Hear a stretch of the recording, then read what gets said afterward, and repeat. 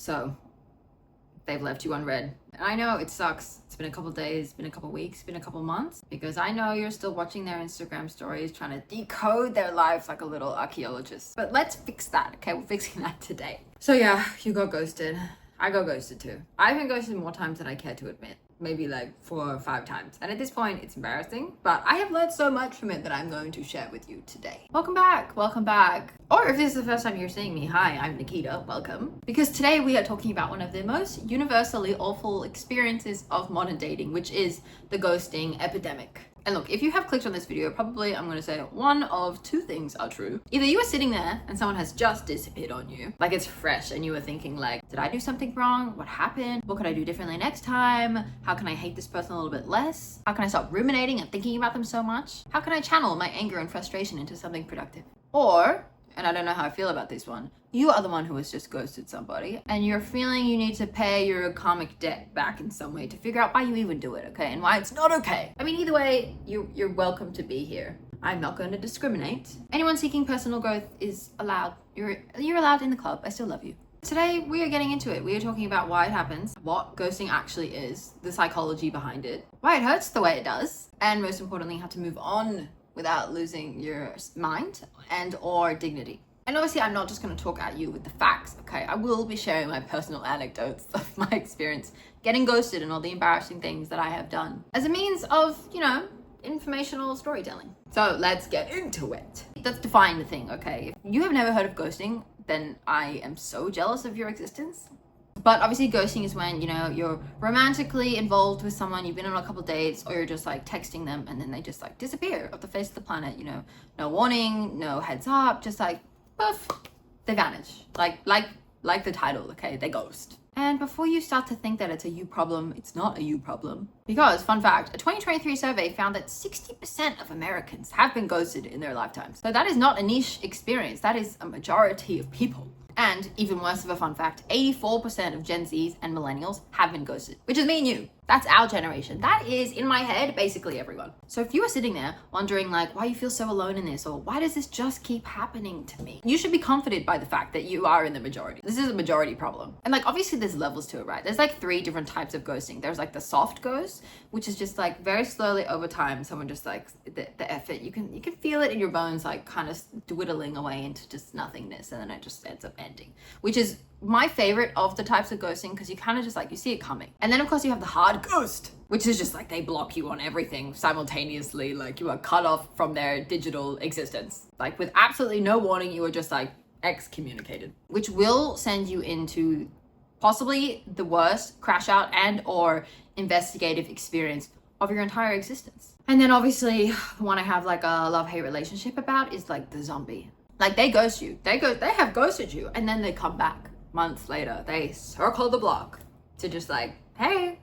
And I'm like, back from the dead? Am I an idiot? Do I look like an idiot? Get away from me. And honestly, ghosting is not a new phenomenon, okay? People have been avoiding hard conversations since the dawn of time. But obviously our phones and dating apps have made it violently more obvious. And we all know that it's happening to each other. So it feels just more like a collective experience. It is now not only easier to do, it is also so much worse to experience because it's so much more frequent. And there's also no consequence. It's not like you will ever see these people out like in the wild. It's not like you'll see Jim at your small country town, like at the convenience store, you'll cross paths. And so like, you have to sort of say something. No, you will literally never see these people again, and they will never see you, and so there's no real threat involved. So they're just like, fair enough, drop them. And chances are you have been on both sides of this. A girl has been ghosted more times than I, again, care to admit. It's embarrassing. It is embarrassing, but I have learned so much. And like all of the times, it has been a hard ghost. It hasn't been like over time. It's just been like, it's been going great. Like we're getting really serious, whatever. And it's just like, never speak to me again. And I'm just sitting there and I'm like, I love being rejected at that aggressive scale. And honestly, you probably understand this, but like, it's not the ghosting, it's what your brain does afterwards. The internal attack. Because your brain, bless it, does not accept no answer as an answer. Your brain just like wants to figure it out and just like keeps looping back and back and back until it comes to some sort of horrible conclusion about your own fault. Because as human beings, we're inherently egotistical and it can't possibly not be about us. And I think over time, as you get ghosted more and more, which is so unfortunate. But you sort of get better at it. I think the first time that I got ghosted, I was just like, hey, how are you? Where are you? Next day being like, I hope you're good. Did anything happen to you? Like, are you okay? Like, I couldn't accept that they just like didn't want me. So I was just like, surely something horribly wrong has gone on to justify the fact that they don't want to be with me. And this would go on for like a week, 2 weeks, 3 weeks. I check in, it was just like a string of just my messages. And I was like, oh, that's so embarrassing. But we all have to go through it in order to get out onto the other side. And then the next time I got ghosted, I was like, okay, well, I remember last time it was just that they were scared of commitment. So I was like, okay, well, going off that information, how can I respond differently? Still very desperate. Still being like, hey, how are you? Like, are you alive? Never like, did I do something wrong? Because I never do anything wrong. And then the most recent one, I was just like, hey, how are you? Didn't respond. I just left it. I was like, oh, if this is what we're doing, okay, fine. I mean, I still got ghosted, but at least I'm a fast learner. I will just not repeat the same mistake more than once, because that would be some sort of equivalent of like social suicide. And honestly, we have all done something violently unhinged in this phase. I'm trying to think back about all the unhinged things that I've done. I've sort of just deleted them from my memory because it's traumatic. Oh, but I think the worst thing is when you like message people that you have like mutual friends, or like people that in their life being like, hey, like, do you know what they're up to? Like, whatever, like just checking in that they're okay. And then you've embarrassed yourself in front of 2 people, which is probably worse. Or like you rock up to their house and knock on their door. Oh, I did that once. I was 18, guys. I was 18. Don't yell at me. That's horrendous. Rocking up to someone's house like a psychopath? Are you kidding? Desperation. But I mean, she was confused, okay? My ADHD brain, I was like, I need the answers. And I'd rather be honestly rejected in person than over my phone, because at least I have an answer. And like one part of it is just like the thought loop of it all. It's like, was it something I said? Was that joke that I made last Tuesday like the final straw? Or like, maybe they lost their phone. Maybe their phone is broken. Maybe I should just send like one more message just to make sure that like it's getting through to them. Girl, it's getting through to them, don't worry. And then of course, like after you send like multiple messages just trying to get through to them, then you realize you have been ghosted. And then the trap that you must avoid at all costs is sending like the big paragraph being like, you're this, you're that, I don't deserve this, I should be treated better, blah, blah, blah, blah, blah. Which they still won't respond to, by the way. They're still not gonna respond to that. And that's just like the nail in your coffin of social death. Yeah, I can complain about this until the horse, the dogs, who's coming home? The cows come home. I can complain about this until the cows come home, but that's not really going to help anyone other than make you feel violently related to, which you're welcome. But there's a couple things that you can actually do to stop like the mental spiral of it all, because the first step to healing is awareness, right? Like it's really valuable to understand like why these people even ghost. Because empathy will get you very far. I know, it's gross, it's not what you want to hear. And you know, it might be very unpopular for me to say, but people that ghost aren't evil. I know, stay with me. There's about 5 reasons that people genuinely ghost you. Number 1, which is like obviously the most obvious, is that they're conflict averse. Having a this isn't working conversation is obviously uncomfortable. Like it's vulnerable. It opens the door to like a conversation, like some tears, some possible begging. So for like a lot of people, disappearing feels like the path of least resistance. It's not right, but it is human. And surveys show that 50% of women and 38% of men say that they ghosted specifically to avoid confrontation. So it's not necessarily like cruelty on purpose, it's more like emotional avoidance. Which I am not excusing it, it's still cowardice and pathetic, but you know, it's rational. And number 2 is that they don't think it has gotten serious enough to warrant a conversation with you. Because like after you've been talking to someone for like a few weeks, or like you've been on like 2 dates, some people genuinely don't feel like they owe you some sort of like formal breakup. Like it's not that deep to them, which obviously is debatable, but it does explain a lot about early stage ghosting. And number 3, which we hate to admit to ourselves, but sometimes they are just going through something and it is not actually about us. Whether it's their mental health, like they've got family stuff going on, like they've just lost their job, like they're not in a position mentally to pretend to be like happy and lovey-dovey with someone that doesn't necessarily have like the role to be their like emotional support. So they're like, okay, I'm just gonna leave this for now. Because some people just like emotionally shut down entirely when something bad's going on and you just like happen to be caught in the crossfire of it all, which is what happened to me recently, which was not fun. This guy I was talking to, he went to a different country actually for work, and while he was in said country, his like whole business like fell apart, like everything was going wrong, and I like literally like didn't hear from him again for like 3 months. And then he did call me back like 3 months later and he was like, hey, how have you been? And I'm like, what? I mean, I'm offended that you even think you can come back like that. But I was like, I was just so dumbfounded. I was like, and like a part of me just like wanted to be really angry at him. And I was like, how dare you? Like whatever, like my ego really wanted to lead on that one. But I was just like, you know what, Nikita, some people do not have a big enough emotional capacity to handle something going wrong, and also not like taking it out on everyone else or just like making it everyone else's problem. So it's like, you kind of have to accept people as they are. And I just thought to myself, I was like, you know what, this is probably a great thing, because life is going to keep going violently wrong. And like if we were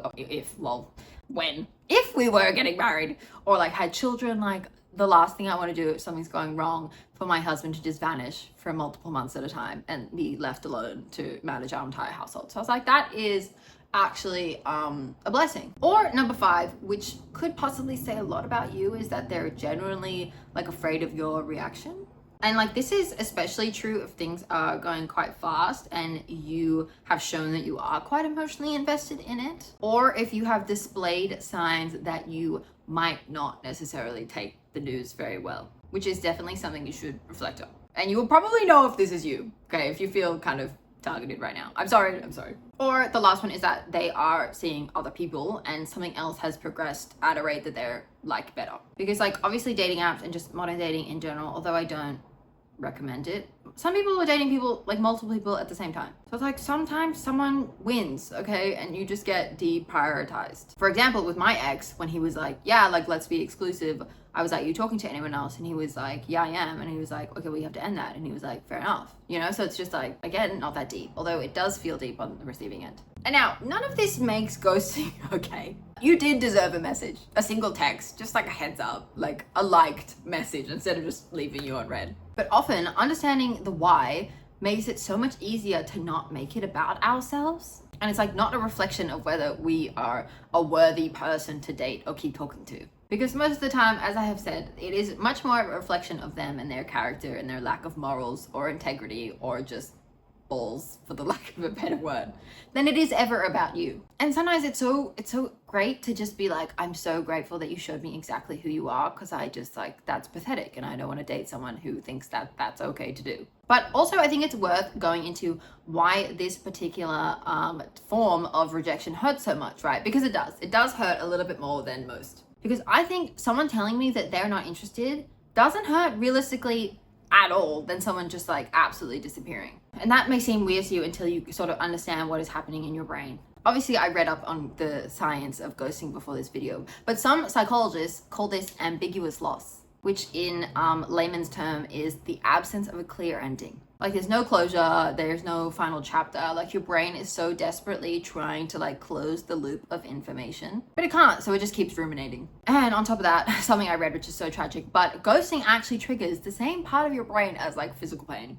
Social rejection literally hurts because it threatens our very survival in the tribe. And obviously when rejection comes with basically zero explanation, your brain does end up finding one, and it is probably the worst possible story that it could tell itself. And some of the more horrific things that I have told myself in these situations is that I came on too strong, like they don't want me as their girlfriend, I'm not girlfriend material, like maybe they didn't like how I interacted with their family, like I'm not funny, I'm not loving, I'm not this, I'm not that, I'm not anything great. And the main theme of all those things is that I was like, I'm not worthy enough to be picked. And that hurts your soul. But one of the parts of my brain that I love and hate is that I will only ever experience a lesson once. I refuse to repeat things more than once. And so after I have accepted that something has happened, I will then go into finite detail about like what happened, how could I do better, where did I think I went wrong, like how can I, not be as needy or like anxiously like clinging to this person and outcomes. Because sometimes I do have the habit, as most of us women do that are anxiously attached, is that I will just be like texting them constantly, wanting to know, like always hanging out with them, always like leaving time open in my schedule for them, like kind of just like warping my whole existence around this man. Which, I mean, if a guy did that to me, I would also be like, gross, like this is a lot, like why do you not have a life, like this is intense. And so I'm just like, fair enough.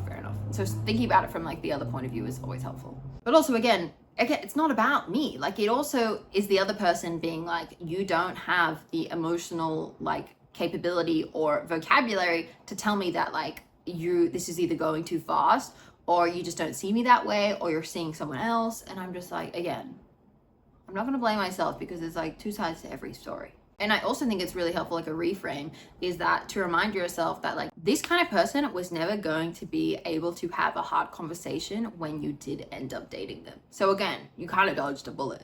A part of me just wished, like, as I imagine you do too, is that like as much as it would have hurt for them to be like, hey, like I'm going through a thing, like, or like this isn't like what I'm looking for, but I wish you the best, you know, whatever, like that. Although it would have been like sucky for like a day or two, whatever, you then are able to get over it because you're like, okay, well, this thing is, I have an answer now and I just must move on, instead of thinking like, what happened? Obviously now we've done all the mopey, like what we've learned, like why it happens, whatever. Here are some things to actually help you like move on practically. There's step one, which I wouldn't necessarily recommend, but it's available to you, is that you can give it one last shot and then let it go. If you genuinely don't know what happened, you can send one message, one very short, no paragraph, hopefully single sentence. And typically I wouldn't ask them what went wrong because that's just begging in another form. I would probably send a message being like, hey, it seems like you don't want to keep seeing each other, all good, but I wish you the best. Hope you get what you're looking for, kind of thing. And that either prompts them to be like, hey, yeah, sorry, I wasn't asked for doing that. Again, also hope you, wish you well, whatever. Or the alternative, which don't hope for this, is that they've been like, oh, like, no, like, I didn't mean that. I think you're really cool. I've just been going through something and I'm sorry that I lacked communication, whatever. I mean, in an ideal world, that has never happened to me. That's like a fairy tale kind of situation, but you know, options available to you. But definitely don't ask them like, hey, like, just wondering like what happened, where I went wrong. No, you don't want to be like begging or being insecure or asking for that kind of feedback. That is just not the thing to be doing. Just send like a final being like a bye message, just so you can take control of the narrative and close the loop for yourself. The second step to moving on gracefully is stop checking their social media. Block them, remove them, delete them, unfollow them, whatever you have to do to like force yourself to just cut all like loops about this person, because every time you check on them or what they're doing, like you restart like the grief cycle, or like, oh my god forbid you look for their little profile in your story views. Okay, that is just like self like sabotage at its finest. And step three, which is real mental torture, is that you cannot make them the villain, because obviously it feels better in the short term to decide that they're a horrible person, and that feels good in the moment, but fixating them and whether they are a good or bad person still does keep them in your head. Like you are still spending mental real estate on this person. So like the goal of healing basically is just be indifferent about them. You just think like, I don't feel anything about you, and you just move on. Okay, you don't need to hate this person. You need to think like, whatever. And step four, although I say don't ruminate, a good thing to do is talk about it. Get it out of your head. Say the words out loud to like a friend, say it into your phone, talk to your therapist, because the embarrassment that you feel about being ghosted is something that I think everyone on this planet in our just general age demographic has experienced. So it's just like, it's also nice to think like you're not alone. And then you can share being like, this guy did this thing to me. And then your friend could be like, oh my God, same. And you'd be like, oh my God, okay, well, sisterhood, we're in it together, you know, feels better. And just like seeing how you're not pathetic for being hurt, like it's so normal.